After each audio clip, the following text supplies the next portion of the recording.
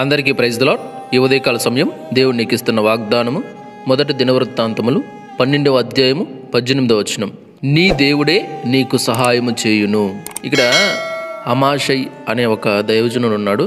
ఆయన ఆత్మవశుడయ్యి దావీదు గారికి చెప్తానన్నమాట.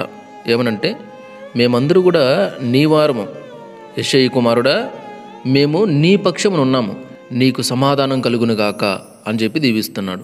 అలాగే సమాధానం కలుగునుగాక అని దీవిస్తూ, నీ సహకారులకు కూడా సమాధానం కలుగునుగాక అని దీవించి, నీ దేవుడే నీకు సహాయం చేయును అని చెప్తున్నాడు. ఆయన ఆత్మవశుడై చెప్తున్నాడు, దేవుని ఆత్మతో నిండిన వాడై చెప్తున్నాడు అనమాట ఈ మాటలు. నీ దేవుడే నీకు సహాయం చేస్తాడు అని చెప్పి.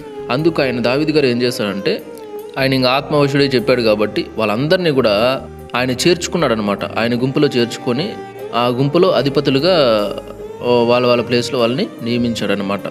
ఇక్కడ ఆయన ఆత్మవశుడై దావీదు గారికి చెప్తున్నాడు ఏమంటే, నీ దేవుడే నీకు సహాయం చేయును అంటే దేవుడే ఈ మాట పలికించాడనమాట ఆయన ద్వారా. ఏమనంటే, దేవుడే నీకు సహాయం చేస్తాడు, ఏ విషయంలో కూడా నువ్వు భయపడద్దు అని చెప్పి.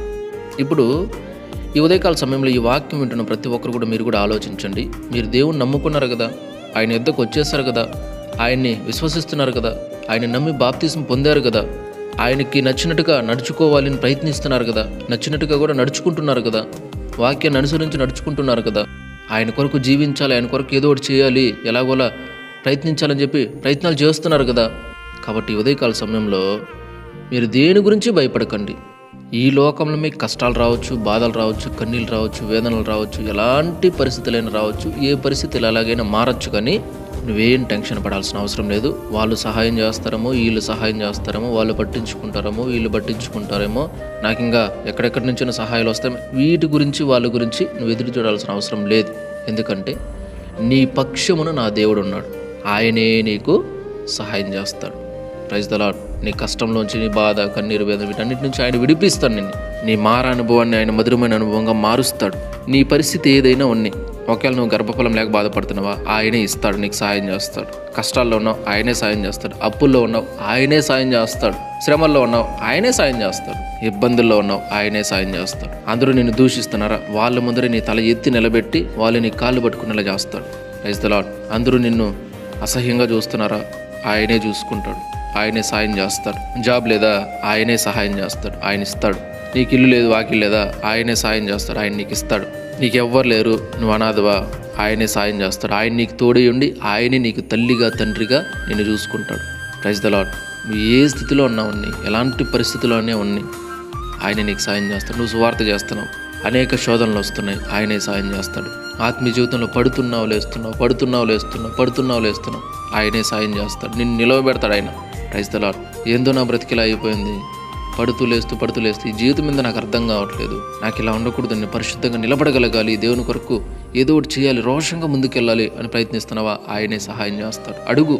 నీ పరిస్థితి ఎలా మారినప్పటికి కూడా, ఎలాంటి స్థితిగతులు ఎదురైనప్పటికి కూడా నీకు ఆయనే సహాయం చేస్తాడు.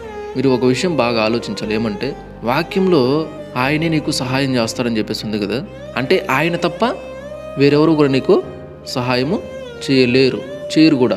ఎందుకంటే మనుషులు వాళ్ళకి నీతో అవసరం ఉంటే నీకు వచ్చి సహాయం చేసినట్టుగా కనిపిస్తారు, అంతేగాని నీకు సహాయం చేయరు. ఇన్ కేసు ఎక్కడో రేర్ పర్సన్స్ ఉండొచ్చు ఒకవేళ సహాయం చేసేవాళ్ళు, మిగతా అందరూ కూడా అవసరానికే. కానీ నా దేవుడు ఎలా కాదు, నీకు ఖచ్చితంగా ఆయన సహాయం చేస్తాడు. ఎందుకంటే ఆయన నిన్ను ప్రేమిస్తున్నాడు, ఆయన ప్రాణం కంటే ఎక్కువ నిన్ను ప్రేమిస్తున్నాడు ఆయన. Praise the lord. కాబట్టి ఉదయకాల సమయంలో ఎవరెవరు ఎలాంటి పరిస్థితుల్లో ఉన్నా, ఏ స్థితిగతుల్లో ఉన్నా, ఖచ్చితంగా మీ జీవితంలో ఆయన సహాయం చేస్తాడు. ఆయన దగ్గరకు రండి, నమ్మండి, విశ్వసించండి. ప్రభువా, ఈ వాక్యం ద్వారా మీరు చెప్పారు కదా తండ్రి, నేనే మీకు సహాయం చేస్తానని. తండ్రి, నా పరిస్థితి ఇలా ఉందయ్యా, నా స్థితిగతులు ఇలా ఉన్నాయి తండ్రి, నాకు గర్భఫలం లేదయ్యా, నాకు జాబు లేదయ్యా, ఇంట్లో పరిస్థితులు ఇట్లా ఉన్నాయి తండ్రి, ఇంట్లో సమాధానం లేదయ్యా, నాకు సమాధానం ఇవ్వండి, ఇంట్లో నెమ్మది లేదయ్యా, నెమ్మది ఇవ్వండి, మా కుటుంబం విచ్చిన వైపు తిరిగి కట్టండి తండ్రి. అడగండి, మీరు ఏ పరిస్థితి ఉన్నా ఆయన దగ్గరికి వచ్చి అడగండి, ఆయనే మీకు సహాయం చేస్తాడు. Praise the lord. ఆయనే మనందరి సహాయకుడు.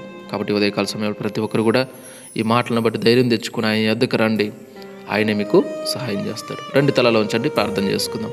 మహాపరిశుద్ధుడా, ప్రేమ నమ్మకం గల తండ్రి, స్తోత్రాలు దేవ. ఈ ఉదయకాల సమయంలో మరొకసారి తండ్రి, ఎవరెవరు ఏ పరిస్థితుల్లో ఉన్నారో నాకైతే తెలియదు కానీ, ఎవరెవరు ఏ స్థితిగతుల్లో ఉన్నారో నాకైతే తెలియదు కానీ, ఎవరెవరు ఏ పోరాటాల్లో ఉన్నారో నాకైతే తెలియదు కానీ, ఎవరెవరు ఎలాంటి పరిస్థితులను బట్టి నాయన ఆత్మీయ శోధనలతో నలిగిపోతూ కృంగిపోతూ బాధపడుతూ ఏందో నా జీవితం, ఎంత ప్రయత్నించినా కూడా ఆత్మీయతలో నేను నిలబడలేకపోతున్నానే, ఎంత ప్రయత్నించినా కూడా విశ్వాసం కలిగి జీవించలేకపోతున్నానే, ఎంత ప్రయత్నించిన విశ్వాసాన్ని కాపాడుకోలేకపోతున్నానే, ఎంత ప్రయత్నించినా కూడా నిలబడలేకపోతున్నానే, ఏంటో నా బ్రతుకు అని అర్థం కాని స్థితిలో ఎంతమంది బాధపడుతున్నారు, కృంగిపోతున్నారు ఉన్నారు తండ్రి.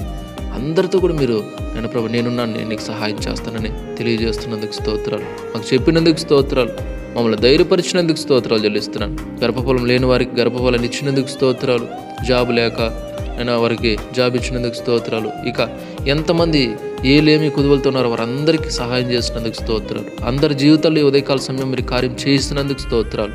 అందుని బట్టి కృతజ్ఞతలు చెల్లించుకుంటూ దేవ ఉదయకాల సమయంలో ఎంతమంది వాక్యం చూస్తున్నారు, వింటున్నారు, షేర్ చేస్తున్నారు, పేరు పేరున అందరినీ జ్ఞాపకం చేసుకోమని, దీవించమని, ఆశీర్వదించమని, సహాయం చేయమని, మీ కృపలో భద్రపరచుకోమని యేసయ్య అతి పరిశుద్ధ నామములో ప్రార్థించి స్తుతించి గణపరిచి సమస్తం మీ పాదాల చెంత పెట్టి వేడుకుంటున్నాను తండ్రి. ఆమేన్. దేవుడు మీ అందరిని దీవించి ఆశీర్వదించును గాక. ఆమేన్.